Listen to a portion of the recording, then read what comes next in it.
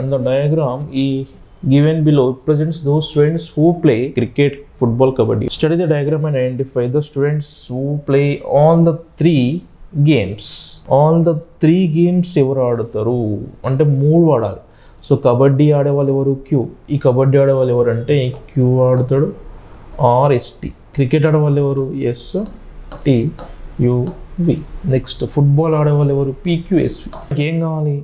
మూడింటిని ఆడేవాళ్ళు కావాలి. అంటే దీంట్లో పర్సన్ ఉండాలి, దీంట్లో ఉండాలి, దీంట్లో ఉండాలి. క్యూ ఉందా? ఉంది.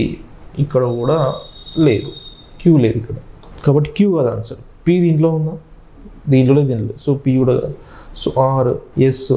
ఎస్ ఇక్కడ ఉంది, ఎస్ ఇక్కడ ఉంది, ఎస్ ఇక్కడ కూడా ఉంది. సో ఫస్ట్ ఎస్ అవుతుంది. నెక్స్ట్ టీ లేదు, వి లేదు. So only S. ఇక్కడ ఓన్లీ ఎస్ అంటే దీంట్లో పర్సన్ ఉండాలి, దీంట్లో ఉండాలి, దీంట్లో ఉండాలి. క్యూ దీంట్లో ఉంది, దీంట్లో లేదు కాబట్టి తీసుకోలేదు. ఎస్ ఇక్కడ ఉంది, ఇక్కడ ఉంది, ఇక్కడ ఉంది. అంటే మూడు గేమ్స్ ఆడేవాళ్ళు ఎవరు? ఎస్ ఒక్కడే, వీడే వాడు. సో కబడ్డీలో ఉన్నాడు, ఫుట్బాల్లో ఉన్నాడు, క్రికెట్లో కూడా ఉన్నాడు. So S is the person who plays 3 games.